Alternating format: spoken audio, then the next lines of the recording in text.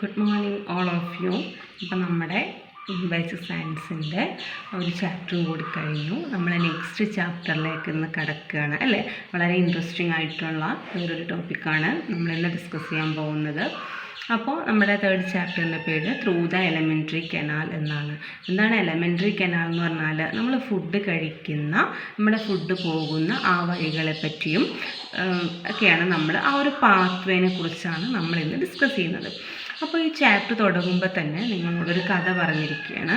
നിങ്ങളെല്ലാവരും വായിച്ചിട്ടുണ്ടാവും, കേട്ടിട്ടുണ്ടാവും. നമ്മൾ വൈക്കം മുഹമ്മദ് ബഷീറിൻ്റെ പാത്തുമ്മയുടെ ആട് എന്ന് പറയുന്ന ഒരു സ്റ്റോറിയല്ല, ഒരു ഷോർട്ട് സ്റ്റോറി. അപ്പോൾ അതിലെങ്ങനെയാണ്, അതിലുള്ളൊരു കഥയാണ് പറയുന്നത്. ഒരാൾ പഴം കഴിക്കാൻ വേണ്ടി തൊലി പൊളിച്ചു. അപ്പോൾ അതിൻ്റെ സ്മെല്ല് കേട്ട് ആടും പൂച്ചയും കോഴിയും എല്ലാവരും വന്നു ഈ പഴം തൊലി പൊളിക്കണ ഒരു സ്മെല്ല് കേട്ടിട്ട് അല്ലേ. ആടിൻ്റെ ഫേവറേറ്റ് ഫുഡാണ് എന്ത്, ബനാന. പഴത്തൊലി ആടിന് കൊടുത്തു. അപ്പം ഹെന്നും ക്യാറ്റൊക്കെ ഇങ്ങനെ നിൽക്കുകയാണ്, എന്തോ കിട്ടുന്നുള്ള പ്രതീക്ഷയിൽ നിൽക്കുകയാണ്. ആട് ആ പഴത്തൊലി തിന്നിട്ട് വീണ്ടും ഒന്ന് നിവർന്നു നിന്നു അടുത്ത തൊലിക്ക് വേണ്ടി. അപ്പോൾ അതാണ് ഇങ്ങനെ പറഞ്ഞേക്കുന്നത്. അപ്പോൾ ആ ഒരു സ്റ്റോറിയും അതിൻ്റെ കുറച്ച് ക്വസ്റ്റ്യൻസും ബാക്കിയുള്ള കാര്യങ്ങളിലേക്ക് നമുക്ക്. അപ്പോൾ അതിൽ കൊടുത്തേക്കുന്ന ക്വസ്റ്റ്യൻ നോക്കൂ. Why is the peeled skin of plantain given to the god and not to the cat and hens? അതായത് ഈ തൊലി പൊളിച്ച പഴത്തൊലി ഉണ്ടല്ലോ, അത് നമ്മൾ ആടിന് മാത്രം കൊടുത്തുള്ളൂ അല്ലേ. എന്തുകൊണ്ടാണ് ക്യാറ്റിനും ഹെന്നൊന്നും കൊടുക്കാത്തത്? നമുക്കറിയാം ക്യാറ്റും ഹെന്നെല്ലാം തിന്നും അല്ലേ. പറമ്പിലുള്ള ഫ്രൂട്ട്സും വെജിറ്റബിൾസും ഫ്ലഷും ഇറച്ചി മീനും റൈസും എല്ലാം തിന്നും. പക്ഷെ നമ്മുടെ പാവ ആടാണെങ്കിലോ അവർ പ്ലാന്റ്സ് മാത്രമേ കഴിക്കുള്ളൂ അല്ലേ. മരത്തിലുണ്ടാവുന്ന അങ്ങനെയുള്ള ഫ്രഷ് ഫുഡുകൾ മാത്രമേ കഴിക്കുള്ളൂ. What are the various types of food that god eats? What are the various types of food that god eats? Gods കഴിക്കുന്ന വേറെ സാധനങ്ങൾ എന്തൊക്കെയാണ് അല്ലേ. പച്ചിലകൾ, പഴുത്തിലകൾ, അതുപോലെ ഇലകൾ മാത്രം കഴിക്കുന്ന ടീമാണ് നമ്മുടെ gods. Other organisms in the surroundings also take food. Observe the picture. നിങ്ങൾ പിക്ചർ നോക്കിക്കേ, അതിലൊരുപാട് പിക്ചറുകളുണ്ട് അല്ലേ. ലയണിനെ കാണാം, ബട്ടർഫ്ലൈ, കൗ, അങ്ങനെ ഒരുപാട് പിക്ചറുകളിൽ ഒരുപാട് ആൾക്കാരെ കാണുന്നുണ്ട്. അവരെന്തൊക്കെയോ തിന്നുന്നത് നിങ്ങൾ കാണുന്നുണ്ട്. Other organisms in the surrounding also take food. നമ്മുടെ പരിസരത്തുള്ള എല്ലാവരും ഫുഡ് കഴിക്കുന്നുണ്ട് അല്ലേ. പിക്ചർ നോക്കിയാൽ നിങ്ങൾക്ക് മനസ്സിലാവും. ഇപ്പോൾ ഒരാൾ കഴിക്കുന്ന ഫുഡല്ല, ലയൺ കഴിക്കുന്ന ഫുഡല്ല ബട്ടർഫ്ലൈ കഴിക്കുന്നതല്ല കൗ കഴിക്കുന്നതല്ല ഹെൻ കഴിക്കുന്നത്. അങ്ങനെ ഓരോരുത്തരും ഡിഫറെൻ്റ് ആയിട്ടുള്ള ഫുഡാണ് കഴിക്കുന്നത് അല്ലേ. നിങ്ങളൊരു നോക്കിക്കുക, ഒരു ടാബുലർ കോളം നിങ്ങൾക്ക് ഫില്ല് ചെയ്യാനുണ്ട്. ഓർഗാനിസം നമ്മുടെ കാറ്റർപില്ലറാണ്. കാറ്റർപില്ലർ കഴിക്കുന്ന ഫുഡ് ലീഫാണ്. അതെങ്ങനെയാണ് കഴിക്കുന്നത്? നിബിൾസ് ആണ് അല്ലേ. കാറ്റർപില്ലർ നിബിൾസ് മീൻസ് ഇങ്ങനെ കുട്ടികൾക്ക് നമ്മൾ നിബിളിൽ പോലെ കൊടുക്കില്ലേ, അതുപോലെ നിബിൾസ് ഇങ്ങനെ പതുക്കെ വറ്റി കുടിക്കും.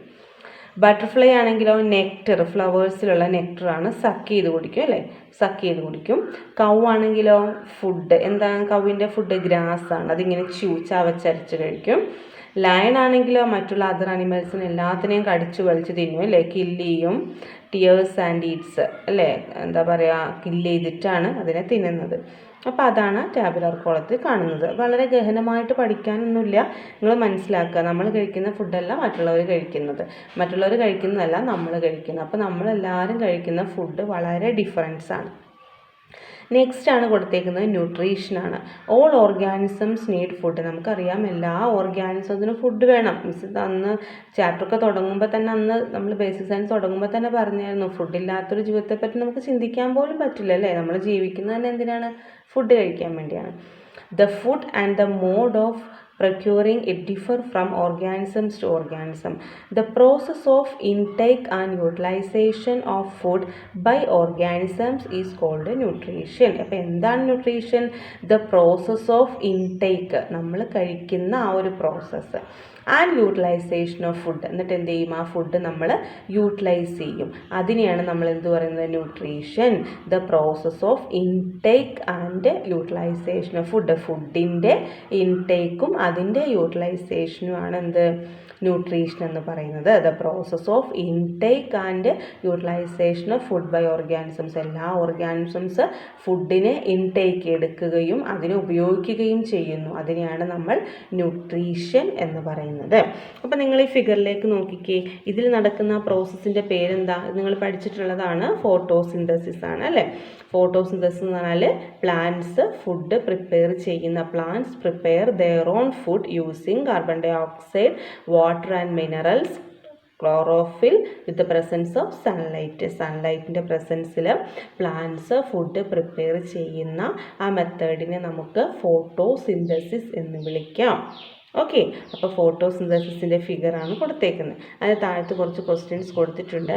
What are the factors required for photosynthesis? Photosynthesis നടക്കണമെങ്കിൽ എന്തൊക്കെ സാധനങ്ങൾ നമുക്ക് ആവശ്യമാണ്? Sunlight, chlorophyll, carbon dioxide, water and minerals. അതായത് നമ്മൾ പഠിച്ചിട്ടുണ്ട്, നമ്മൾ ഫുഡ് പ്രിപ്പയർ ചെയ്യുന്നത് പോലെ തന്നെ പ്ലാന്റ്സും ഫുഡ് പ്രിപ്പയർ ചെയ്യുന്നുണ്ട്.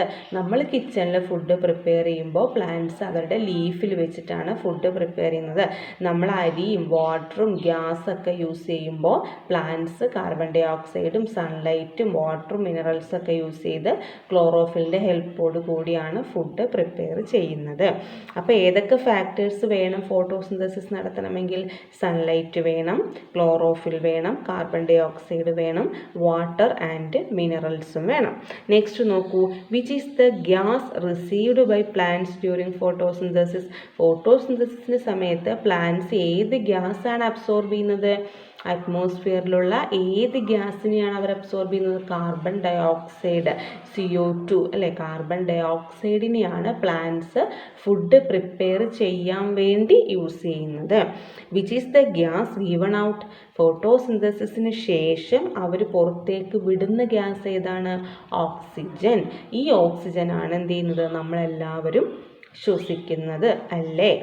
പ്ലാന്റ്സ് ഫുഡ് പ്രിപ്പയർ ചെയ്യുന്നു, നമ്മൾ പുറത്തേക്ക് വിടുന്ന, നമ്മൾ റെസ്പിറേഷൻ നടത്തി പുറത്തേക്ക് വിടുന്ന കാർബൺ ഡൈ ഓക്സൈഡിനെ പ്ലാന്റ്സ് അബ്സോർബ് ചെയ്യുന്നു അല്ലേ. പാവം പ്ലാന്റ്സ്. എന്നിട്ട് എന്ത് ചെയ്യും? നമ്മൾ പുറത്തേക്ക് വിടുന്ന, എല്ലാവരും പുറത്തേക്ക് വിടുന്ന കാർബൺ ഡൈ ഓക്സൈഡിനെ അവർ വലിച്ചെടുത്ത് ഫുഡ് പ്രിപ്പയർ നടത്തിയിട്ട് എന്ത് ചെയ്യുന്നു? അവർ ഓക്സിജൻ പുറത്തേക്ക് വിടുന്നു. ആ ഓക്സിജനാണ് നമ്മളെല്ലാവരും ശ്വസിക്കുന്നത്. ഓക്കെ, അത്രയും ക്ലിയർ ആയല്ലോ. ഇനി നിങ്ങൾ നോക്കൂ, ആ ബോക്സിൽ കൊടുത്തേക്കുന്ന നോക്കിക്കേ. Green plants do not depend on other animals for food അല്ലേ. പ്ലാന്റ്സ് ആണെങ്കിൽ ആരെയും ഡിപ്പെൻഡ് ചെയ്യുന്നില്ല, അവർ സ്വയം എന്ത് ചെയ്യുന്നു? ഫുഡ് ഉണ്ടാക്കി കഴിക്കുകയാണ്. പാവം പ്ലാന്റ്സ് ആണ്.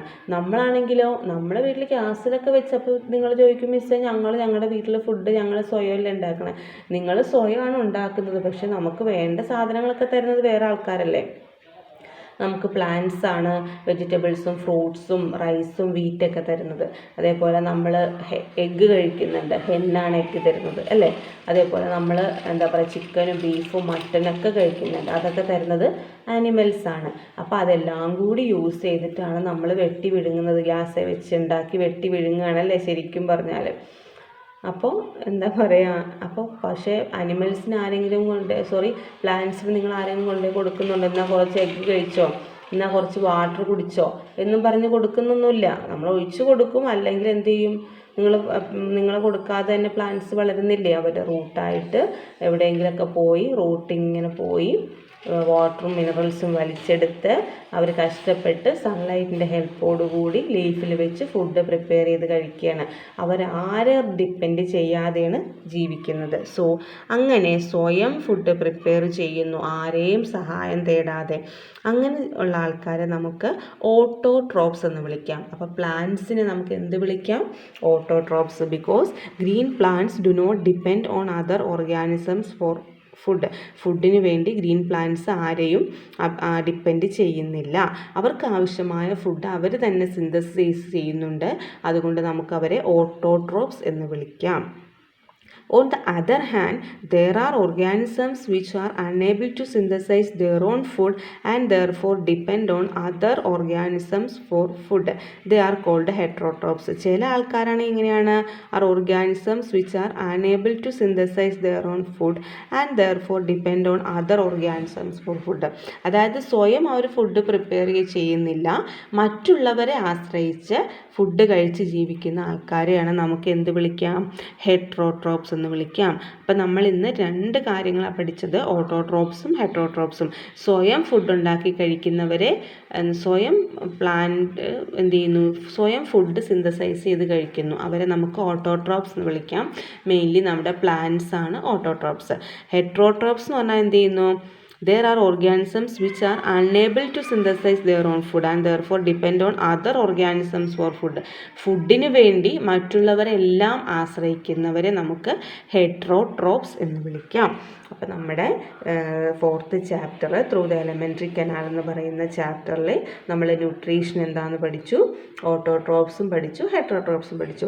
ന്യൂട്രീഷൻ എന്ന് പറഞ്ഞാൽ എന്താണ്? The process of intake and utilisation of food by organisms. Organisms ഫുഡിനെ ഇൻടേക്ക് ചെയ്യുകയും അതിനെ യൂട്ടിലൈസ് ചെയ്യുകയും ചെയ്യുന്നുണ്ട്. അതിനെ നമുക്ക് ന്യൂട്രീഷൻ എന്ന് വിളിക്കാം. ആ ഫിഗറിൽ കണ്ടത് ഫോട്ടോസിന്തസിസ് ആയിരുന്നു. ഫോട്ടോസിന്തസിസ് നടത്താൻ കാർബൺ ഡൈ ഓക്സൈഡും ക്ലോറോഫില്ലും വാട്ടറും മിനറൽസും സൺലൈറ്റ് എല്ലാം യൂസ് ചെയ്ത് ലീഫിൽ വെച്ച് ഫുഡ് പ്രിപ്പയർ ചെയ്യുന്നുണ്ട്. അതിനെ നമുക്ക് ഫോട്ടോസിന്തസിസ് എന്ന് വിളിക്കാം. ഫോട്ടോസിന്തസിസ് നടത്തുമ്പോൾ കാർബൺ ഡൈ ഓക്സൈഡിനെ അബ്സോർബ് ചെയ്യുകയും ഓക്സിജനെ റിലീസ് ചെയ്യുകയും ചെയ്യുന്നുണ്ട്. സ്വയം ഇങ്ങനെ ഫുഡ് പ്രിപ്പറേഷൻ നടത്തുന്നത് കൊണ്ട് പ്ലാന്റ്സിനെ നമുക്ക് ഓട്ടോട്രോപ്സ് എന്ന് വിളിക്കാം. ഹെട്രോട്രോപ്സ് എന്ന് പറഞ്ഞാൽ മറ്റുള്ളവരെ ഡിപ്പെൻഡ് ചെയ്ത് ജീവിക്കുന്ന ഓർഗാനിസംസിനെ നമുക്ക് ഹെട്രോട്രോപ്സ് എന്ന് വിളിക്കാം. അപ്പോൾ അത്രയും കാര്യങ്ങളാണ് നമുക്ക് ഇന്ന് ഡിസ്കസ് ചെയ്യാനുള്ളത്. Today we will wind up our class. Thank U.